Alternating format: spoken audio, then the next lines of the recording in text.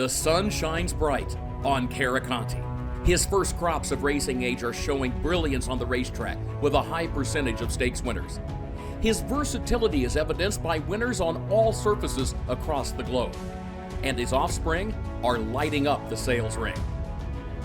With his biggest and best quality of books in the pipeline, the sun shines bright on this value sire. Caraconte, standing at Gainesway. Hi everyone, welcome to the TimeformUS Road to the Kentucky Derby series presented by Gainesway.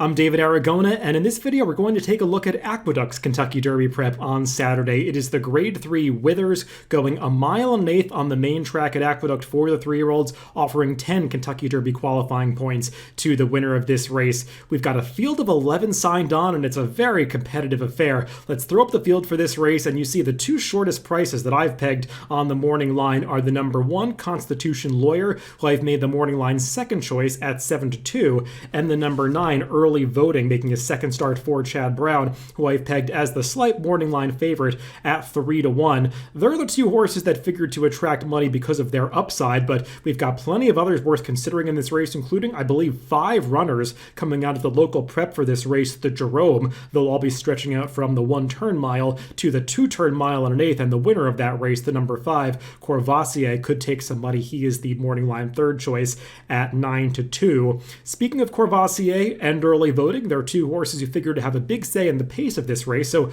let's check out the TimeformUS pace projector, and no surprise to see a fast pace predicted for this race. Typically, when you look at the TimeformUS pace projector in large fields on the dirt, you tend to see fast paces because you get a few more speed types, aggressive riding in races with large fields, and the number 9 Early Voting, basically a horse that has to go forward from his outside post position, as they do head right into that clubhouse turn, going the mile and an eighth distance. I do think we will see some speed from Courvoisier, the number 5, and the number 1 Constitution Lawyer, a bit of a wild card from a pace standpoint because he did win in gate-to-wire fashion when he broke his maiden last time, but he's a horse that's had some trouble getting out of the gate on occasion, so we'll see how much speed he's able to show breaking from the inside in this race.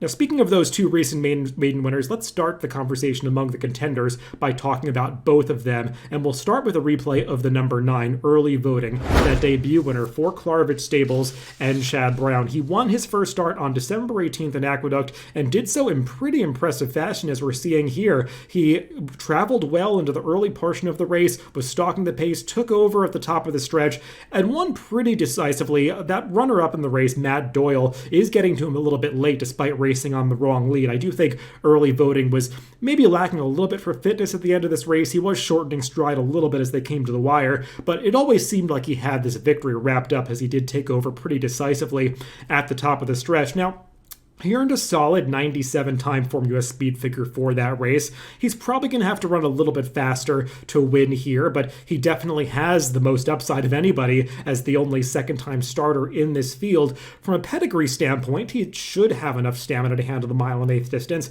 His pedigree is just smacks of versatility because Gunrunner, his sire, can get horses that really do anything. He sired the Breeders' Cup Juvenile Fillies winner Echo Zulu last year, but also horses that could go shorter distances. And on the dam side, you have even more versatility because his dam is a half-sister to Breeders' Cup Sprint winner Speightstown, a sire who can basically get horses to do anything. And the dam is also a full sister to IRAP, who I believe was a Grade 2 winner going a route of ground on the dirt, Grade 1 placed on that surface as well. So Early Voting should have the stamina to handle the mile and eighth distance. I think it's just a question of whether he's ready for this big step up in class to a graded stakes race in his second career start. And speaking of that, let's take a look at a formulator fact for his trainer, Chad Brown. It's not the biggest sample, but over the past 5 years, 15 starters going in their second starts, graded stakes races, dirt routes.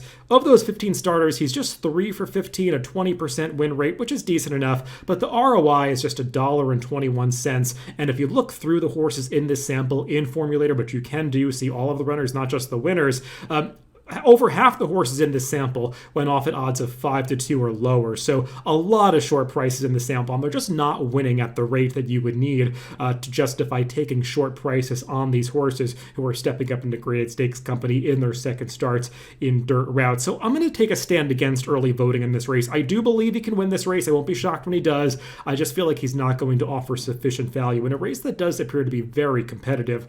The other recent maiden winner that should take some money is the number 1 Constitution Lawyer, who goes out for right handle.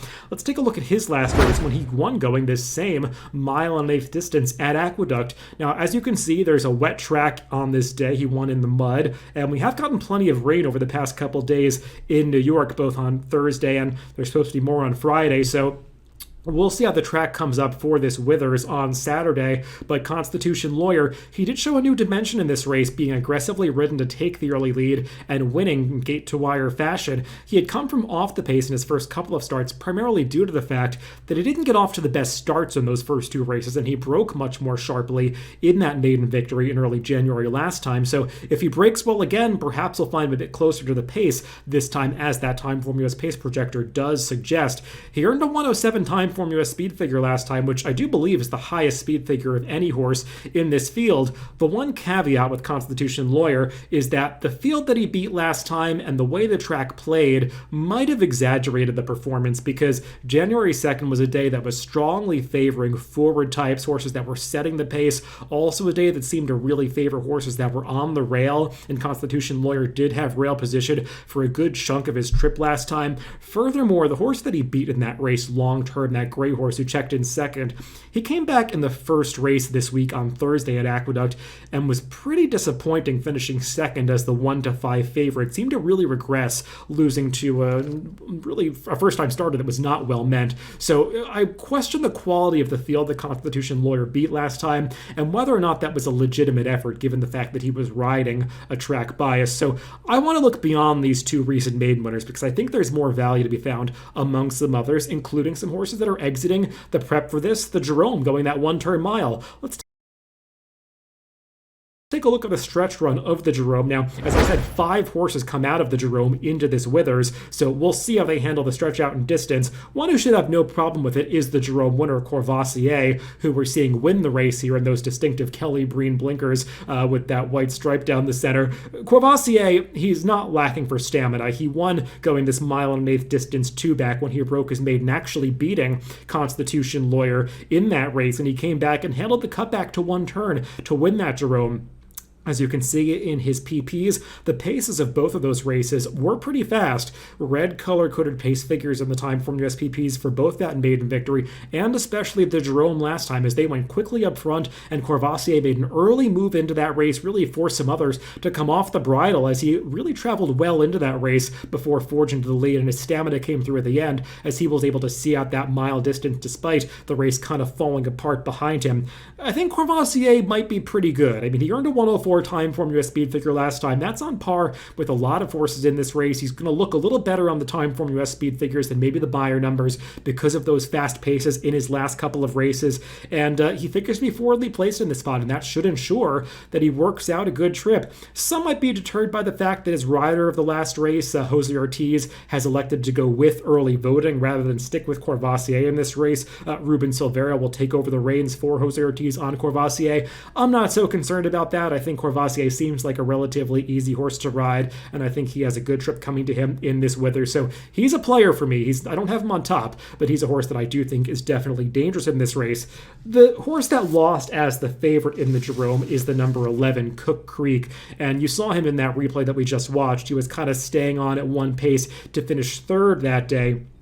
He was bet down to be the 7-5 favorite in the Jerome, and personally, I was a bit disappointed in the effort. He did have to be ridden into the race early to stalk that fast pace, and perhaps he's a horse that wants to come from a little farther back in the pack, something that we've seen him do in some prior races, but I didn't like how he came off the bridle before everybody else coming around the far turn of the Jerome. It took him a little while to change leads in upper stretch, and once he did change leads, it's not like he found some extra burst of energy. He was actually kind of petering out towards the end of that race, so he is bred to handle handle that added ground, so maybe the extra distance will work to his favor, even though he didn't finish that strongly last time. But he's got a really tough post position to overcome. Post 11 going a mile and an eighth at Aqueduct is a really difficult situation because you head right into that clubhouse turn, and he's either going to have to be aggressively ridden once again to get forward position and potentially save ground that way, or drop to the back of the pack to try to save ground. Neither one is really ideal, so I'm a little bit against Cook Creek because I'm concerned about the kind of trip that he's going to get, and I didn't love his effort last time out.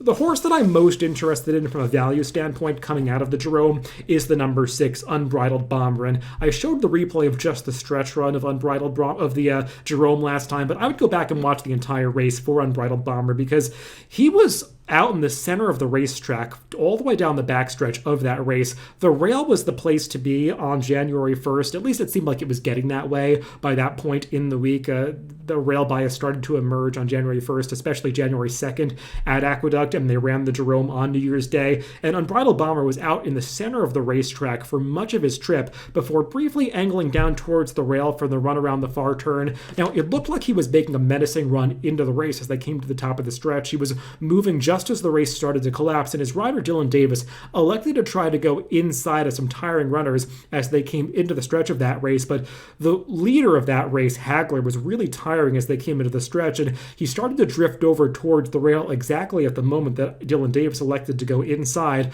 on Unbridled Bomber. So that horse had to kind of alter course around that foe, and in doing so, I think he lost a bit of momentum, flattened out after that, and didn't really finish off the race as strongly as I would have liked to see. But I think the fact that he lost his momentum at that critical juncture really did work against him. I liked this horse's maiden victory when he came up the rail to win Gamely 2 back on November 7th at Belmont Park. I know some people think that the rail was an advantage that day. I kind of dispute that a little bit. I think if you look at the Beyer speed figures or the TimeformUS numbers of horses that have come back out of racing on the rail on November 7th, a lot of horses that did run well on the rail that day have come back and actually validated their numbers in their subsequent starts, Unbridled Bomber included. So I don't think that the speed figures really bear out that he had some sort of advantage that day. And he's just this big, goofy, lumbering son of upstart that I really think is going to appreciate the mile and eighth distance. He's slowly but surely been figuring out the game, and I think he still has not put forth his best performance yet. He's going to need some pace to close into, but I think he might get it in this Withers, and he's one that is guaranteed to be a price in this race, just given the low-profile connections, and I think he's pretty interesting. Couple other horses that are coming off maiden victories like those two favorites, but that should be bigger prices, are the number 4 Gilded Age and the number 2 Grantham.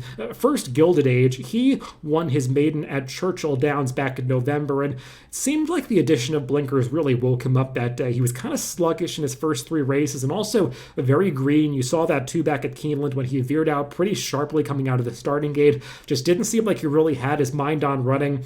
That changed last time when he traveled into the race much better with the blinkers on, took the lead earlier than he, or I should say got into contention earlier than he had in his prior races and took over in the stretch and won off pretty impressively, earning a 100 TimeformUS speed figure, which does put him in the mix in this race.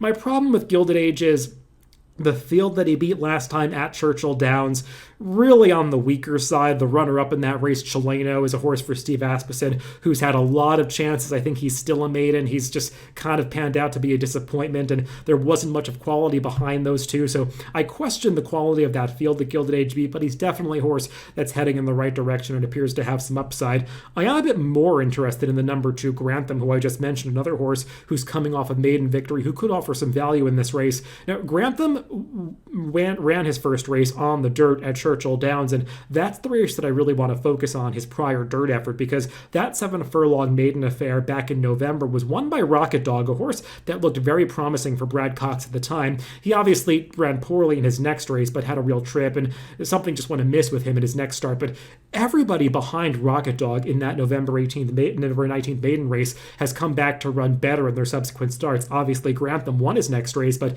many horses, even if they didn't win their next starts, came back to improve their speed figures especially on the Beyer scale, but even on the TimeformUS numbers, that's proven to be a stronger race than maybe it appeared at the time. Grantham came back in at least at Turfway Park last time, showed that he could handle a 2-turn distance, doing so on that Tapeta course. I don't love the field that he beat. I thought he was kind of workmanlike in that victory, but he strikes me as a grinder, a horse that does have plenty of stamina, and based on that debut run and that deceptively strong race, I like him getting back to the dirt in this Withers, and I also like that he's drawn towards the inside with a little bit of tactical speed, so I do believe he could work out the right kind of trip in this race, and I think he could offer some value. So as we throw out my picks for this race, as you see, I'm taking a bit of a stand against the favorites here. I've got Constitution Lawyer in fourth. I left out early voting from my top four. I'm not going to be surprised when either one of these horses are successful, but this is the kind of race where I think it looks very competitive. I don't believe the favorites have any kind of real edge based on speed figures, so I wanted to downgrade them a little bit and upgrade the horses that I do think will be bettable prices in this race. And for me, those horses are my top pick, the number 6 Unbridled Bomber, who I already made my pitch for. I think this horse is heading in the right direction, and I think he can move forward off his race in the Jerome last time. And the number 2 Grantham, who I was just talking about, coming off that maiden victory on the Tapeta surface at Turfway Park. I believe he ran a deceptively strong race in his debut at Churchill Downs and can do well going this 1.8 distance, getting back on the dirt for Mike Maker. So it's 6-2, 5-1 for me in the Grade 3 Withers on Saturday at Aqueduct. Thanks to Gainesway for presenting this video, and good luck if you're playing this weekend.